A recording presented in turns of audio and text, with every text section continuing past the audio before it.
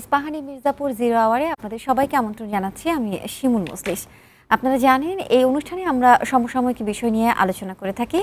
আজ আমাদের আলোচনার বিষয় সিরিয়ায় আসাদ সরকারের পতন ও সমসাময়িক প্রসঙ্গ। এই বিষয়ে আলোচনা করার জন্য দুজন সম্মানিত আলোচক আমাদের মাঝে স্টুডিওতে উপস্থিত হয়েছেন। তাদের সাথে পরিচিত হওয়ার আগে আপনাদের জানাতে চাই এই অনুষ্ঠানটি বৈশাখী টেলিভিশনের ভেরিফাইড ফেসবুক পেজ ও ইউটিউব চ্যানেলে সরাসরি সম্প্রচার হচ্ছে। চলুন দর্শক, অতিথিদের সাথে পরিচিত হয়ে নিই। আমার ডানে আছেন জনাব সোহরাব হাসান, যুগ্ম সম্পাদক দৈনিক প্রথম আলো, এবং তার পাশে আছেন ডক্টর আবদুল্লাহ আল মামুন, সমাজ রাজনীতি বিশ্লেষক ও শিক্ষক, ঢাকা বিশ্ববিদ্যালয়। আপনাদের দুজনকে আমন্ত্রণ জানাচ্ছি স্টুডিওতে। দর্শক, আলোচনায় যাওয়ার আগে চলুন জেনে নিই আজ বৈশাখী টেলিভিশনে প্রচারিত প্রধান সংবাদ শিরোনাম। ধ্বংসস্তূপের ওপর দাঁড়িয়ে আছি, নতুন করে শুরু করতে হবে বলেছেন প্রধান বিচারপতি। জনগণ কেন্দ্রিক বিচার ব্যবস্থার আশ্বাস। সম্মিলিত প্রচেষ্টায় পালাতে বাধ্য হয়েছে স্বৈরাচারী শাসক, মন্তব্য তারেক রহমানের। নির্বাচনের জন্য প্রস্তুত বিএনপি, লন্ডনে মির্জা ফখরুল। দূতাবাস অভিমুখে পদযাত্রা। ফেসবুকে বাংলাদেশ নিয়ে অপপ্রচার রোধে মেটাকে ব্যবস্থা নিতে বললেন প্রধান উপদেষ্টা। সহায়তার আশ্বাস দিয়েছে সংস্থাটি।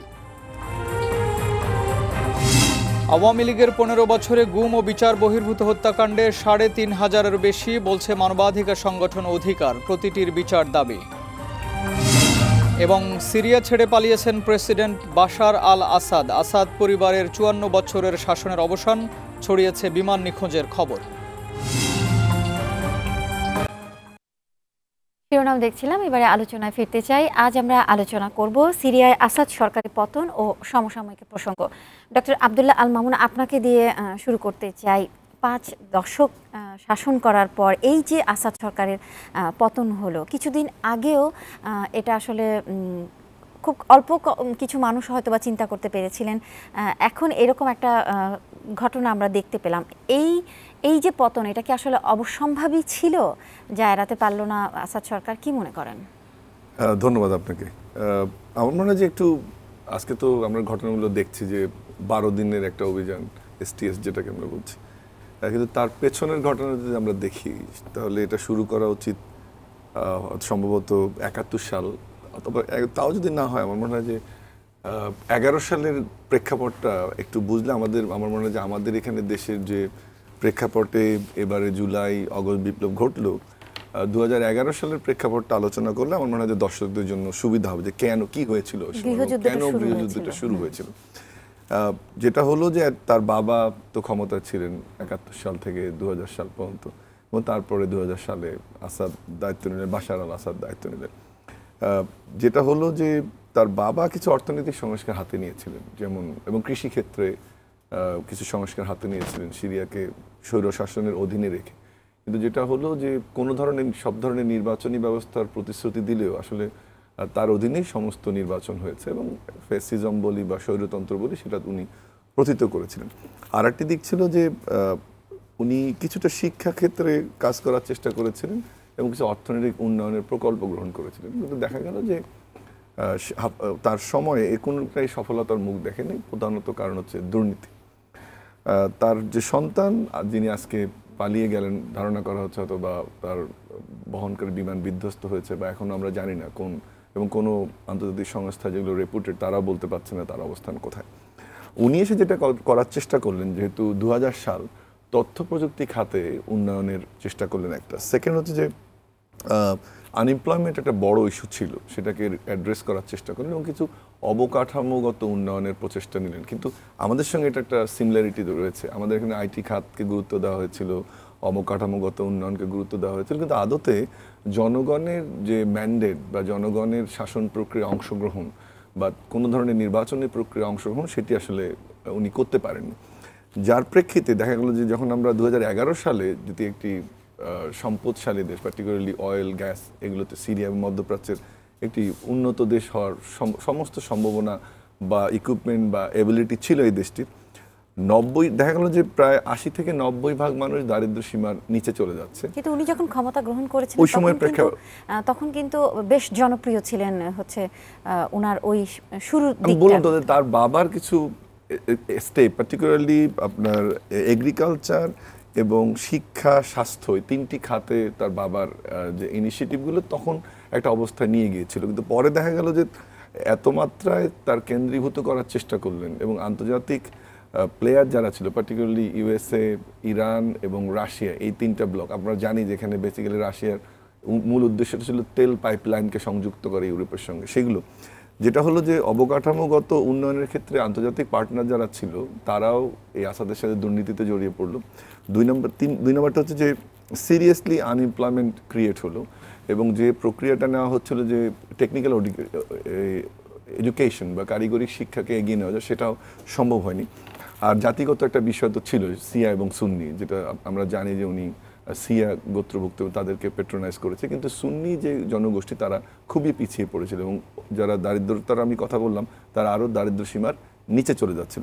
আরেকটি ঘটনা আমার মনে হয় যে এখানে উল্লেখ করা দরকার, যেটাতে আমাদের এখানে মিল রয়েছে, সেটা হচ্ছে মানবাধিকার লঙ্ঘন। আসাদের সময় সবচেয়ে বড় যে জিনিসটি ঘটেছে যে মানবাধিকার লঙ্ঘন হয়েছে, আমাদের মানুষের মত প্রকাশের স্বাধীনতা রুদ্ধ করা হয়েছে, সংবাদপত্রের স্বাধীনতা রুদ্ধ করা হয়েছে এবং স্বৈরতন্ত্র প্রতিষ্ঠা করার কিছু যে সিমিলারিটি আমাদের এখানে যদি আমরা মিলিয়ে দেখি গত 15 বছর, তার সঙ্গে কিন্তু এটা মিলে যাবে।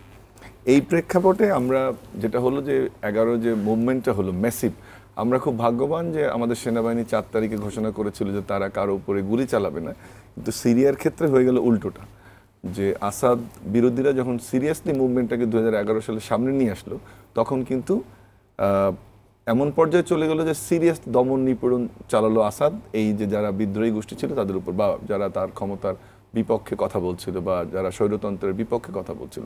কিন্তু সামরিক বাহিনীর একটা বড় অংশ তার পক্ষে থেকে গেল এবং এটার কারণটা কিন্তু ছিল অর্থনৈতিক এবং অবশ্যই আন্তর্জাতিক যে বলয় সিরিয়াতে অ্যাক্টিভ ছিল তাদের, এবং যে কারণে কিন্তু সিরিয়া চলে গেল সিভিল ওয়ারের দিকে। এবং এই ক্ষেত্রে আমি যেটা বললাম যে আমরা খুব সৌভাগ্যবান যে আমরা সেটা অ্যাভয়েড করতে পেরেছিলাম।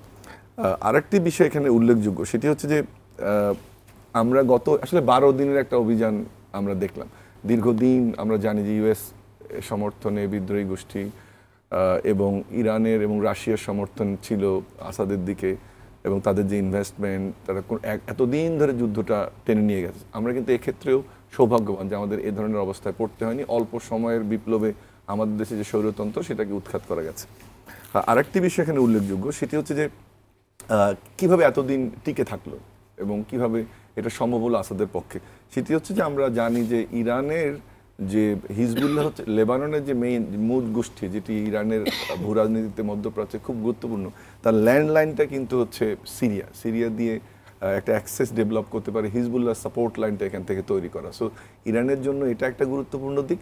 আর এটা হচ্ছে সিরিয়ার সমর্থন এবং ইরান যে ছায়াযুদ্ধে লিপ্ত, যেটা ইসরায়েল এবং ইউএস ব্লকের বাইরে, তার সঙ্গে ইরানের সঙ্গে যুক্ত হলো রাশিয়া তাদের ইন্টারেস্টের কারণে, এবং তাদের ধারণা ছিল যে এটি হয়তো বা তারা আসাদকে টিকিয়ে রাখতে পারবে। এবং আমরা এটা পুতিনের মুখ থেকে শুনেছি, আমরা সংবাদপত্রে অনেক বড় রকমের ক্ষয়ক্ষতির সম্মুখীন কিন্তু রাশিয়া এখানে সম্মুখীন হয়েছে। এবং ভাগনার গ্রুপ, যেটা পরবর্তী ইউক্রেনে নিয়োজিত হলো, তারাও কিন্তু এখানে দীর্ঘদিন অ্যাক্টিভ ছিল এবং সিরিয়াস ক্যাজুয়ালিটি তৈরি হয়েছে।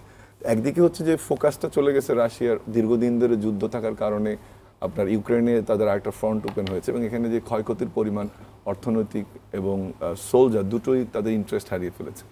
ইরানের দিক থেকে আমরা যদি ইরানের দিক থেকে দেখি যে আসলে 2023-24 ইরানের ভালো সময় যায়নি। তারা ইসরায়েলকে যেমন ঠিকভাবে মোকাবেলা করতে পারেনি, হিজবুল্লাহ ক্ষতিগ্রস্ত হয়েছে, তাদেরও ফোকাসটা আসলে চলে গেছে, মানে কোণঠাসা হয়ে গেছে এক ধরনের।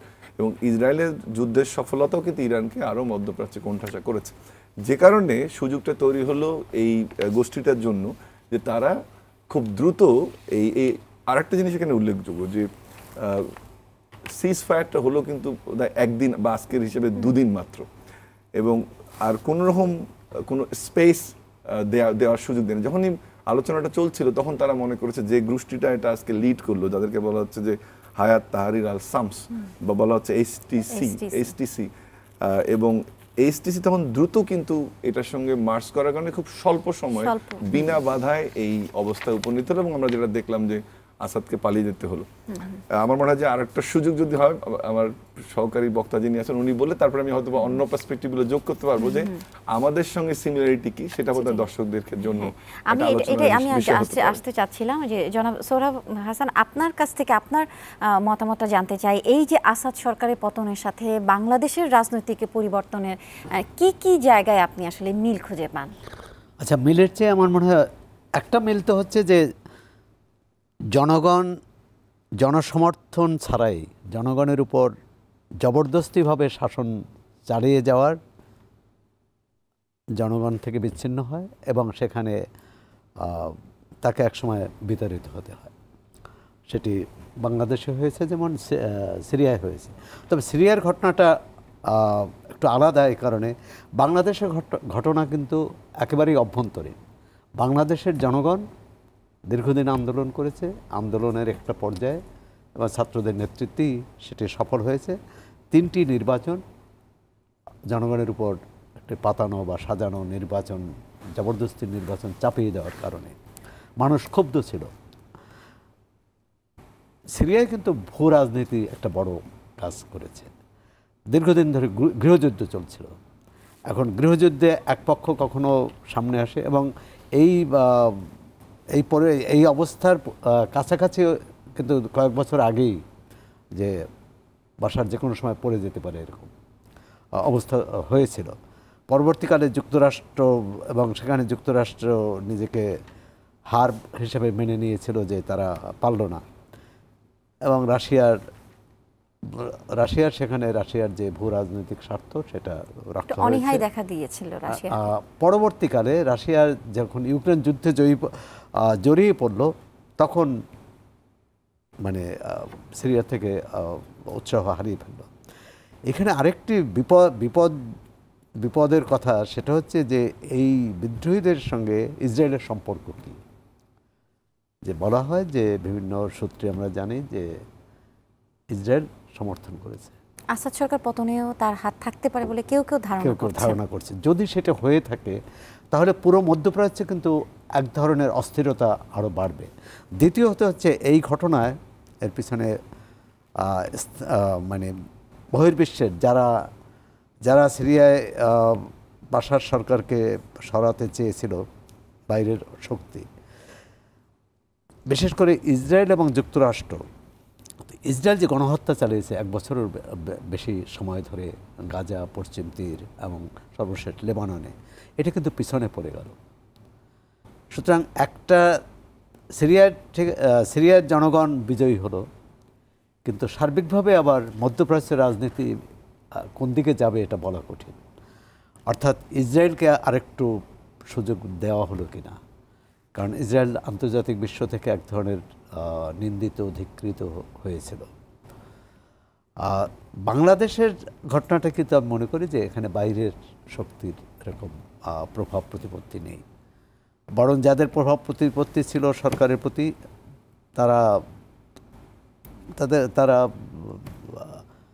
পরিস্থিতি এখন বুঝতে পেরেছে যে যদি না বুঝতে পারে তাহলে তো সেটি অন্য সমস্যা তৈরি করবে।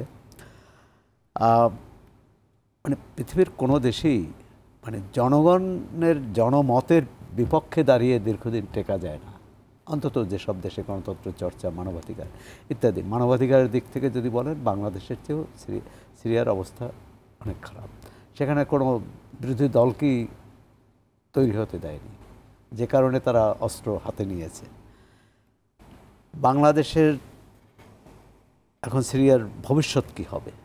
আমি এটাই বলছিলাম যে এই যে এই ঘটনার মধ্য দিয়ে একটা ক্ষমতার পালাবদল বলি বা নতুন একটা রূপ দেখি, এখন তাহলে এরপরে যে ক্ষমতা আসাদ সরকারের হাত থেকে চলে গেল, এখন সেখানে কি হতে পারে? এখন যে বিকল্প রাজনৈতিক শক্তি যারা দাঁড়ালো, যারা জয়ী হলো, তাদের নীতি পরিকল্পনা এবং বিচক্ষণতার উপর নির্ভর করবে ভবিষ্যতে সিরিয়া কী হবে। সিরিয়া এক থাকবে না বিভক্ত হবে, সিরিয়া গণতন্ত্র প্রতিষ্ঠিত হবে, যে কারণে এই বিপ্লব হলো, অভ্যুত্থান হলো, সেগুলো টেকসই হবে কিনা। মানুষ ক্ষুব্ধ ছিল কিন্তু অর্থনৈতিক কারণেও, বেকারত্ব বেড়েছিল, মানুষ দারিদ্র্যসীমার নিচে বেশি সংখ্যক মানুষ, অর্থনৈতিক প্রায় প্রায় স্থবির হয়ে পড়েছিল। সেই গৃহযুদ্ধ যখন জোরদার ছিল তখনও পরে আপনার মনে আছে, আমাদের মনে আছে যে একটি শিশু কয়েক বছর আগে যুদ্ধে আহত, বোমায় আহত, সেই শিশুটি বলছিল কাঁদতে কাঁদতে যে আমি আল্লাহকে বলে দেব, আল্লাহকে সব কিছু বলে দেব। মানে তখন মানুষের কী অবস্থা ছিল। এবং আপনি দেখেছেন যে মধ্যে ইউরোপে যে পালিয়ে গেছে জাহাজে করে, এর মধ্যে সিরিয়ার একটা বিরাট অংশ। তার মানে সেখানে মানবতার চরম বিপর্যয়, গণতন্ত্র তো নেই, ছিলই না। দ্বিতীয় হচ্ছে যে মানুষের এই ধরনের স্বৈরশাসকরা কিন্তু জনগণের যদি মানে খাদ্য মানে তার মৌলিক চাহিদাগুলো পূরণ করতে পারে, সেক্ষেত্রে কিছুদিন তারাই করতে পারে, এবং সেটাও কিন্তু আরও যেহেতু অর্থনীতি স্থবির সেটাও পারেনি।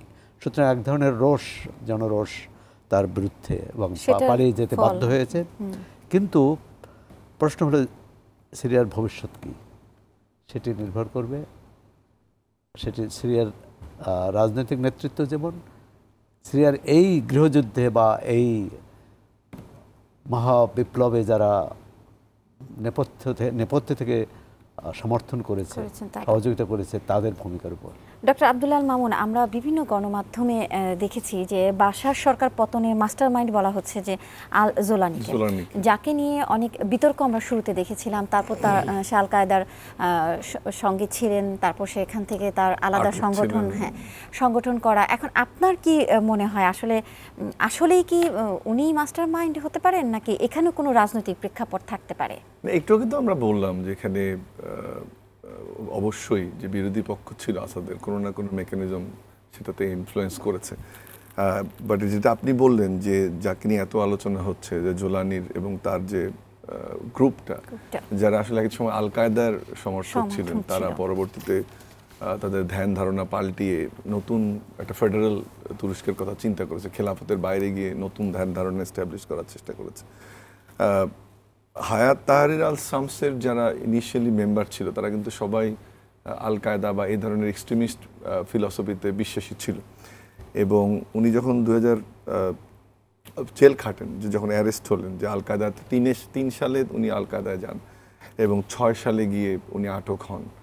এবং ধারণা করা হচ্ছে যে সেই সময়ে আটককালীন সময়ে কোনো মিডিয়া বলছে যে এক ধরনের আন্ডারস্ট্যান্ডিং তৈরি হয় যে ইউএসের সাথে। কারণ একটা সালটা যদি আমরা খেয়াল করি, যে উনি মুক্তি পান 11 সালে, আর ওই বছরে কিন্তু সিরিয়াতে গৃহযুদ্ধ শুরু হয়, এবং তখন থেকে উনি স্বপ্ন দেখেন যে এই ধরনের এক্সট্রিমিস্ট গ্রুপের বাইরে গিয়ে এবং দীর্ঘদিন যেসব সুন্নি সিরিয়াতে একটি নির্যাতনের শিকার, তাদের পক্ষে নির্ধারণ করে দেওয়া ছিল। সো সবকিছু মিলিয়ে আমার মনে হচ্ছে যে ওখানে এক ধরনের তো একটা আমরা বুঝতে পারি যে একটা আন্ডারস্ট্যান্ডিং, ইন্টারন্যাশনাল যে প্লেয়ারে অ্যাক্টিভ তাকে পিক করেছে বা সাপোর্ট করেছে। নাহলে যে গতিতে এগিয়ে গেছে, তার সঙ্গে অবশ্যই জনগণের যে সাপোর্ট সিরিয়াতে ওয়েলকাম করা বা প্রতিরোধ গড়তে না পারা ঠিক আছে, বাট সাথে সাথে কিন্তু আসাদের যারা অনুগত ছিলেন তারাও কিন্তু কোনো প্রতিরোধ গড়ে তুলতে পারেনি একদম দামেক্স পর্যন্ত। যে কারণে একটু আগে সৌরভ ভাই বলেন যে কেউ তো মারা গেছে কিনা, আমরা এখন পর্যন্ত এরকম কোনো খবর পাচ্ছি না।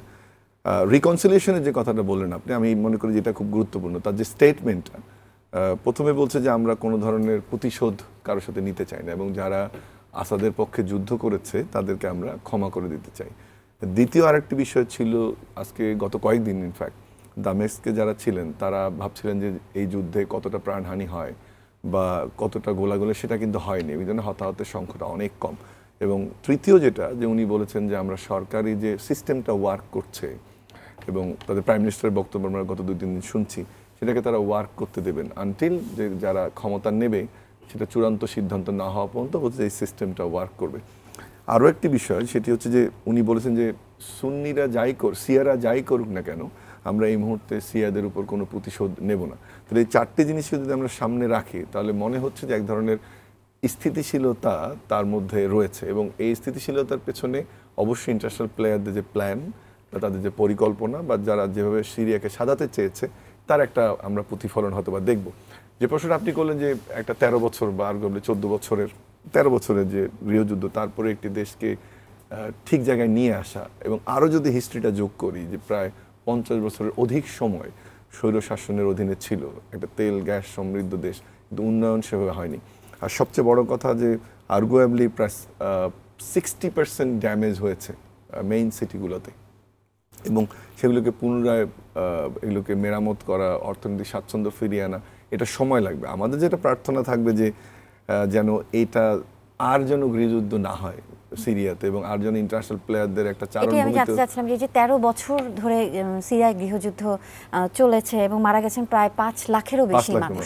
6 লাখ এখন কি আসলে সিরিয়া মানে শান্ত হবে নাকি আরো নতুন কোন আশঙ্কা দেখা দিবে? একটা বিরতির পরে এসে আমরা জানবো। দর্শক, ইস্পাহানি মির্জাপুর জিরো আওয়ারে নিচ্ছে একটা ছোট্ট বিরতি, ফিরছে একটু পর, সাথেই থাকুন।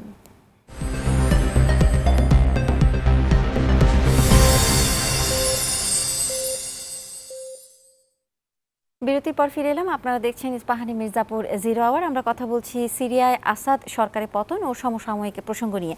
বিরতিতে যাওয়ার আগে যে কথা বলছিলাম, সোহরাব হাসান, আপনার কাছ থেকে জানতে চাই, এই যে সিরিয়াতে 13 বছর ধরে গৃহযুদ্ধ চলছে, 5 লাখের বেশি মানুষ মারা গেছে, এখন কি আসলে সিরিয়া একটু শান্ত হবে নাকি নতুন কোন আশঙ্কা সেখানে দেখা দিবে? আপনার অভিজ্ঞতায় কি বলে? না, নতুন আশঙ্কা দেখা দেবে না, কারণ বাশার পর্ব তো শেষ, এবং মানুষের তো একটা স্বস্তির নিঃশ্বাস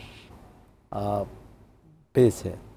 এখন দেশ সিরিয়াকে কিভাবে সামনে এগিয়ে নেবে এবং সেটা নির্ভর করবে ওই রাজনৈতিক নেতৃত্ব।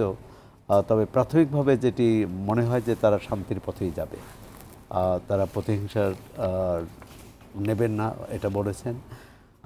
আর যে ব্যবস্থাটি কিন্তু এক ধরনের টিকিয়ে রাখার কথা বলছেন, যে বর্তমান কাঠামো, প্রধানমন্ত্রী থাকবেন, নতুন নির্বাচন, নতুন দায়িত্ব নেওয়ার, নতুন সরকার দায়িত্ব নেওয়ার আগ পর্যন্ত। তো এর সাথে বাংলাদেশে এক ধরনের মিল আছে, মানে কাকতালীয় যদিও। বাংলাদেশেও কিন্তু প্রধানমন্ত্রী ছাত্র গণ অভ্যুত্থানে দেশ থেকে বিতাড়িত হতে বাধ্য হয়েছেন, কিন্তু তারই রাষ্ট্রপতি কিন্তু বাংলাদেশে আছেন এবং এখনও মানে ওই সরকারের শপথ নিয়েছেন বা এক ধরনের রাষ্ট্রপতির যে দায়িত্ব সেটি পালন করছেন। এটিও কিন্তু এক ধরনের কি বলবো যে মেনে নেওয়া, কারণ এটি হওয়ার পর তো বিপ্লব তো হয়নি, বিপ্লবী সরকারও হয়নি। সুতরাং সংবিধান সম্মত সরকার, তো সেখানে রাষ্ট্রপতিকে মানতেই হবে। আরেকটি হতে পারে যদি অন্য রাষ্ট্রপতি নির্বাচিত করতেন, কে নির্বাচিত করবেন? রাষ্ট্রপতি একমাত্র জনপ্রতিনিধিরা নির্বাচিত করতে পারেন। সিরিয়া, আমার ধারণা, যদি ইসরায়েল, বিশেষ করে ইসরায়েল যদি সেখানে অশান্তি সৃষ্টি না করে, তাহলে সিরিয়ার ভবিষ্যৎ ভালো বলে মনে করি। আর যদি ইসরায়েলের কোনো কূটকৌশল থাকে বা পুরো মধ্যপ্রাচ্যকে অস্থির করার যে পরিকল্পনা থাকে, এবং থাকাটাই স্বাভাবিক তাদের। আর ইরান কি ভূমিকা নেয় সেটাও, কারণ ইরান তো এটাকে তাদের পরাজয় হিসেবে নেবে। তার মানে ইসরায়েল এবং ইরানের ভূমিকার উপর অনেকটাই নির্ভর করছে আসলে সিরিয়া কতটা শান্ত হতে পারে। এবার আমরা একটু দেশের রাজনীতিতে আসতে চাই। ডক্টর আব্দুল্লাহ আল মামুন, আপনার কাছে জানতে চাই, বাংলাদেশকে নিয়ে বিভিন্ন রকম অপতথ্য এবং অপপ্রচার চালাচ্ছিল আমাদের পাশের বন্ধু প্রতিম দেশ বলা হয় ভারত। আজ আমাদের বাংলাদেশ এবং ভারতের পররাষ্ট্র সচিবদের বৈঠক। কি মনে করেন, এই যে টানাপোড়েন চলছে দুই বন্ধু দেশের মধ্যে, এটা কি আসলে কমবে আশা করা যায়?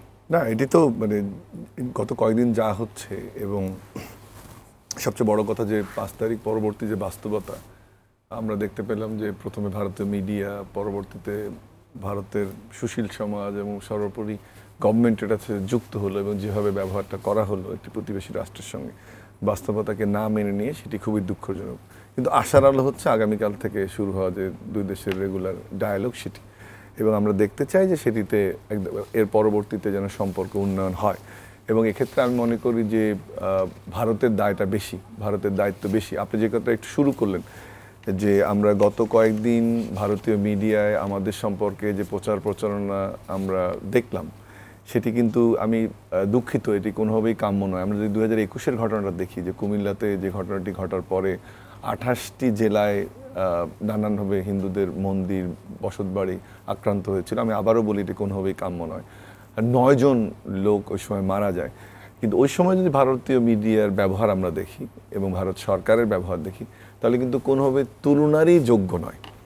এবং আমরা একটা মোদি রিজিমের মিডিয়ার যে বিহেভিয়ার এবং কর্পোরেট হাউসগুলোকে সেল করে দেওয়া, পার্টিকুলারলি এনডিটিভি ওদের একটা জনপ্রিয় নিউজ সংবাদ মাধ্যম, টেলিভিশন এবং ইনফ্লুয়েন্সিয়াল, তাদেরকে কিন্তু আদানি গ্রুপের কাছে যে প্রক্রিয়া দেওয়া হয়েছে সেটি কিন্তু খুব দুঃখজনক।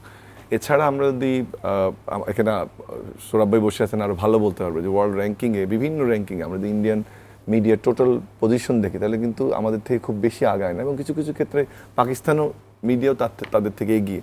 এটি কিন্তু ভারতের মতো একটি গণতান্ত্রিক দেশে বড় চিন্তার বিষয়। এবং এবারে যে ঘটনাটি ঘটলো, দুই দেশের সম্পর্কে যে জায়গায় গেল, এখানে কিন্তু মিডিয়ার একটি অবদান রয়েছে। আপনি দেখেন যে ইন্টারনেট স্ক্রিনিং যে অর্গানাইজেশনগুলো আমাদের লোকাল এবং ইন্টারন্যাশনাল, তারা কিন্তু বলছে যে 60 থেকে 70% ফলস নিউজ পাবলিসিটি হয়েছে, এবং সোশ্যাল মিডিয়াতে ভাবে যার যা ইচ্ছে বয়ান তৈরি করে লিখছে। আশ্চর্য রকম ঘটনা হচ্ছে যে ভারতীয় সরকার এগুলোর বিরুদ্ধে কোনো ব্যবস্থা নিচ্ছেই না, কোনো স্টেটমেন্ট দিচ্ছেও না, এবং তারা চিন্ময় কেন্দ্রিক যে ঘটনাটি ঘটলো, যত দ্রুত স্টেটমেন্ট দিল। এই মুহূর্তে শেখ হাসিনা সেখানে অবস্থান করছেন, তার বিবৃতি প্রচার করা, তাকে বিভিন্ন বক্তব্য দেওয়ার সুযোগ করে দেওয়া, এটি কিন্তু একটি গণতান্ত্রিক রাষ্ট্রের চরিত্রের সঙ্গে যায় না বা ভারতের সঙ্গে মানায় না।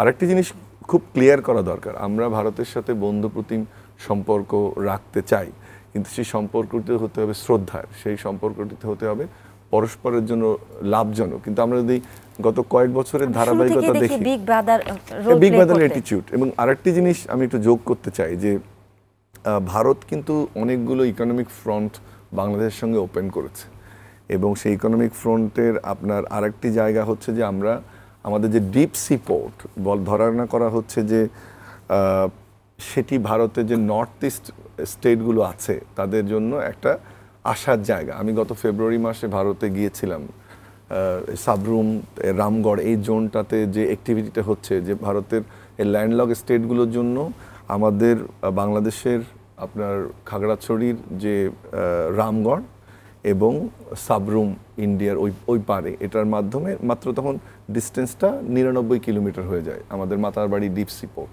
এবং ধারণা করা হচ্ছে যে নর্থ ইস্ট স্টেটগুলো তখন একটা পোর্ট সুবিধা দীর্ঘদিন পাবে, যেটা 45-এর পরে বন্ধ হয়ে গিয়েছিল। এবং আরও একটি আলোচনা এখানে গুরুত্বপূর্ণ, সেটা হচ্ছে যে আমাদের এখানে যে ইকোনমিক জোনগুলো হচ্ছে, তার মধ্যে অন্যতম হচ্ছে আমাদের 2500-এর জাপানিজ ইকোনমিক জোন। এই ইকোনমিক জোনে ধারণা করা হচ্ছে বা ভারত সরকার থেকে প্রস্তাব এটি যে ইকোনমিক জোনের যে সাপ্লাই চেন সেটি চায়না বা অন্য অন্য এলাকা থেকে কমিয়ে নর্থ ইস্ট কেন্দ্রিক একটা ইকোনমিক গ্রোথ বেল্ট ডেভেলপ করা, যেটা আমাদের 2500 যে ইকোনমিক জোন হচ্ছে সেখান থেকে একটা সাপ্লাই লাইন হিসেবে জাপানিজ যে কোম্পানিগুলো এখানে কাজ করতেছে তাদেরকে কানেক্ট করা হবে। এই প্রজেক্টের জন্য আসলে আমি ওই সময় গিয়েছিলাম, এবং আমি ওখানে একটা উৎসব মুখর পরিবেশ দেখেছি, যে তাদের দীর্ঘদিনের যে দুঃস্বপ্ন যে পোর্ট অ্যাক্সেস, সেটা হয়তো বা এটার মাধ্যমে ডেভেলপ করবে। আমাদের রেল লাইনগুলো দেখি, অনেকগুলো প্রস্তাবিত রেল লাইন রয়েছে কলকাতা ঢাকা সহ, সেটি কিন্তু ভারতের একটা স্বার্থ। আমরা ইতিমধ্যে জানতে পারছি যে পশ্চিমবঙ্গের both formal and informal economy এটি কিন্তু সাফার করছে আমাদের এই অস্থিতিশীলতার জন্য। সো যেটা আমি কথাটা বলতে চাচ্ছি সেটি হচ্ছে যে আমরা যে শুধু ক্ষতিগ্রস্ত হচ্ছি তা না, ভারতও কিন্তু কোন সংখ্যায় কোন পরিমাণে ক্ষতিগ্রস্ত হচ্ছে সেটি নির্ধারণ করার বিষয়, ক্যালকুলেশনের বিষয়, বাট ইকোনমিতে এটা প্রভাব ফেলছে।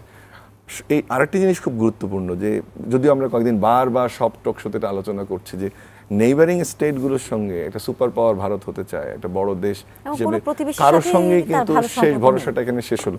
আমি এখানে আসার জায়গাটা দেখি, এই জন্য হয়তোবা এটা একটা সাময়িক উত্তেজনা, এবং অবশ্যই ভারতকে সিদ্ধান্ত নিতে হবে ভারত বাংলাদেশের যে কোনো রাজনৈতিক দল, সেটি বিএনপি হোক, আওয়ামী লীগ হোক বা জামাত হোক, তাদের সাথে সম্পর্ক গড়ে তুলবে, নাকি 50 বছর পরে যে সুযোগ হলো রিডিফাইন করার, যে তাদের সম্পর্কটা বাংলাদেশের জনগণের সাথে গড়বে। তাহলে যে অর্থনৈতিক যে ভারতের ইন্টারেস্ট এবং পলিটিক্যাল যে সিচুয়েশন, সব কিছু মিলে আমি বিশ্বাস করতে চাই যে আগামী কাল থেকে যে আলোচনাটা শুরু হবে, সেই আলোচনাটা একটা কনস্ট্রাকটিভ আলোচনা হবে, এবং অবশ্যই আগের যে ন্যারেটিভ ভারতের বাংলাদেশকে দেখার, সেটির পরিবর্তন না হলে কিন্তু কোনো কিছুর পরিবর্তন হবে না, বা তাদের যে ধারণা সেটি নতুন করে ভাববার একটা সুযোগ এসছে। এখানে আরেকটি কথা বলে আমি শেষ করি, সেটি হচ্ছে যে ত্রিপুরা যে ঘটনাটা ঘটলো, আমরা কিন্তু আরও স্ট্রং স্টেটমেন্ট এবং ইনিশিয়েটিভ এক্সপেক্ট করেছিলাম ভারতের সঙ্গে, এক ধরনের বিচ্ছিন্ন ঘটনা হিসেবে দেখানোর সুযোগ ভারত দেখেছে এই ঘটনাটাকে, যেটি কিন্তু কোনোভাবে কাম্য নয়। আমার ধারণা এই আলোচনাগুলো আগামীকাল আসবে, নদী বন্টনের আলোচনাও আসবে, অন্য আমাদের ট্রানজিটের ইস্যুগুলো আসবে, কিন্তু সব কিছু মিলে কিন্তু আমি মনে করি ভারত এখানে তাদের অনেক বড় স্বার্থ সংশ্লিষ্ট ইকোনমিক অ্যাক্টিভিটি বা প্ল্যান এখানে ইনভলভ হয়েছিল আওয়ামী লীগের সঙ্গে। তারা যদি সেটাকে এগিয়ে নিয়ে যেতে চায় তাহলে ন্যায্যতার ভিত্তিতে সেগুলোকে রিভিউ করতে হবে, এবং জনসাধারণের যে মতামত এই মুহূর্তে সেটিকে গুরুত্ব না দিলে কিন্তু এই ধরনের এবং বৈঠক ভারত সফল হবে সরকারের না। সাথে যতগুলো চুক্তি ছিল তারা চাইবে আসলে সবগুলো চুক্তি রাখার জন্য, কিন্তু সেটা আসলে এটা কতটুকু এখন আমাদের কিন্তু জন্য। ন্যায্যতার ভিত্তিতে হতে হবে, যে হ্যাঁ, কথাটা আমি সেটাই। বললাম সেটা অবশ্যই ন্যায্যতার ভিত্তিতে আচ্ছা, হতে বিরতির হবে। পর আবার ফিরছি। দর্শক, ইস্পাহানি মির্জাপুর 0 আওয়ার নিচ্ছে একটা ছোট্ট বিরতি, ফিরছে একটু পর, সাথেই থাকুন।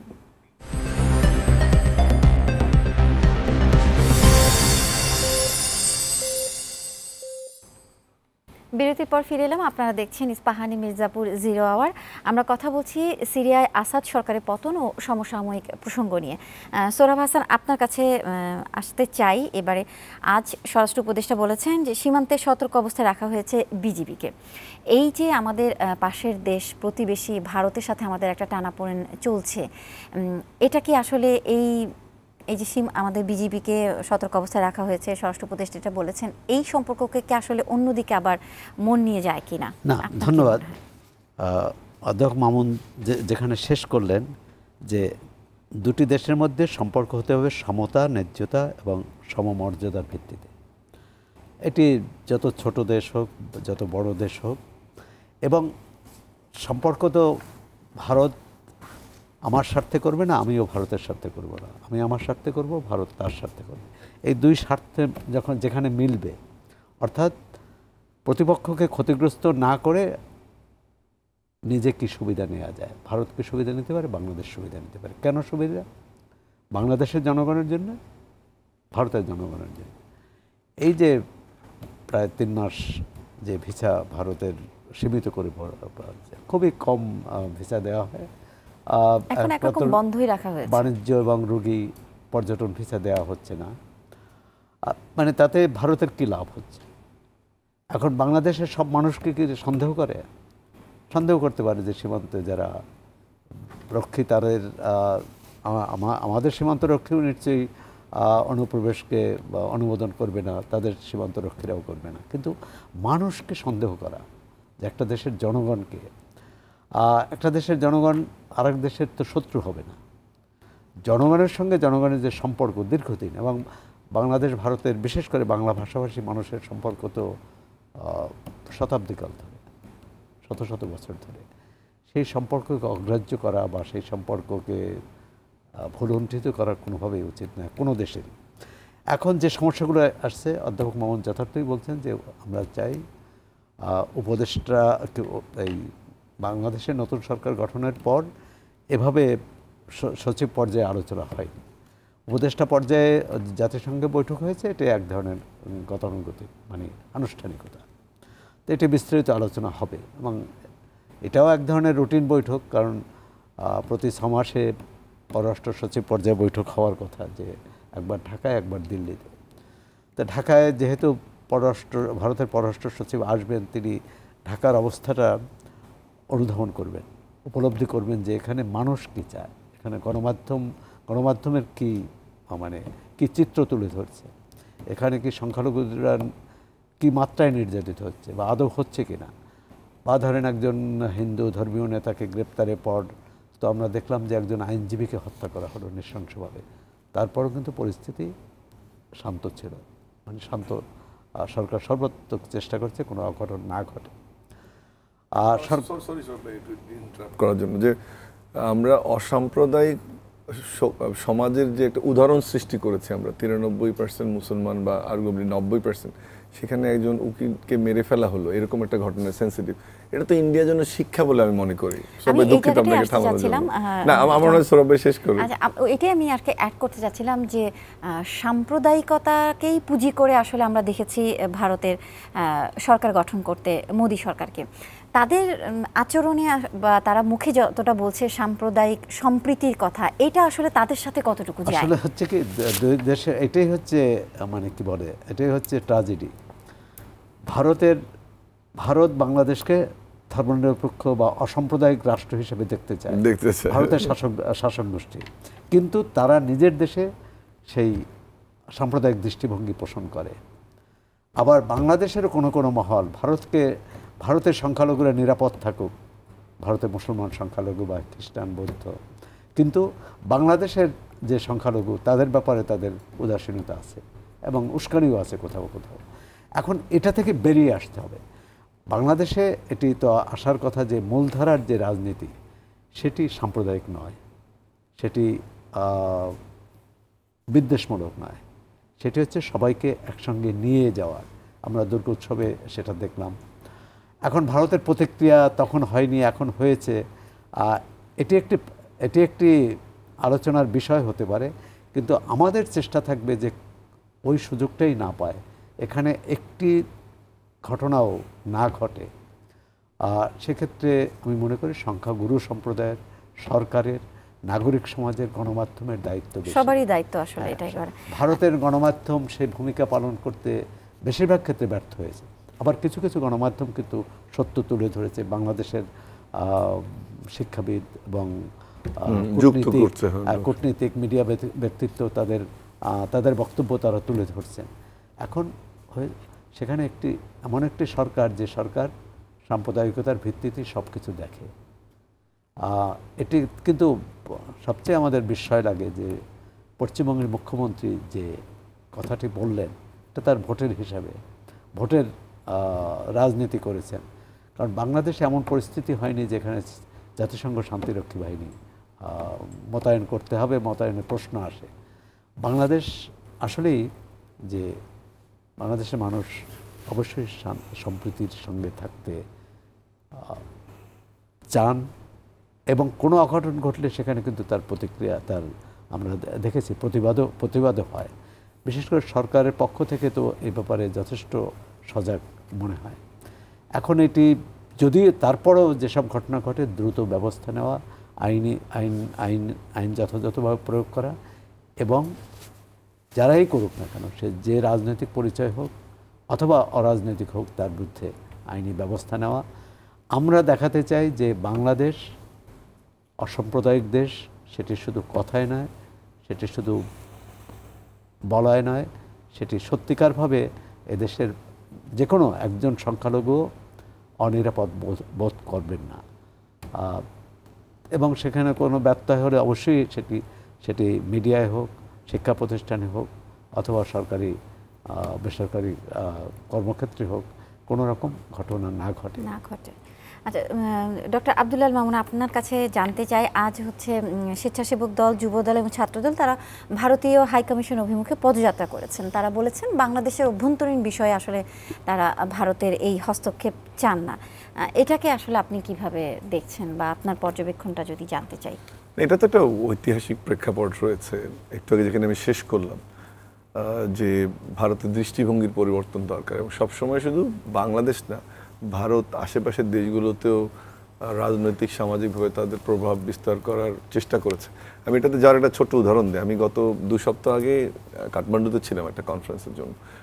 আপনি নিশ্চয়ই জানেন, সৌরভ ভাইও জানেন, যে ওখানে আগে ইন্ডিয়ান রুপি একেবারে সবখানে, আপনার চা বিড়ির দোকান থেকে শুরু করে বড় যে কোনো দোকানে চলতো।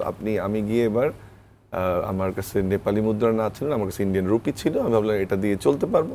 কিন্তু যখন আমি এবার পেমেন্ট করছি চায়ের দোকানে বা বিভিন্ন শপে, তখন কিন্তু একটু অনীহা দেখলাম আমি, এবং কোনো কোনো ক্ষেত্রে নিচ্ছেই না।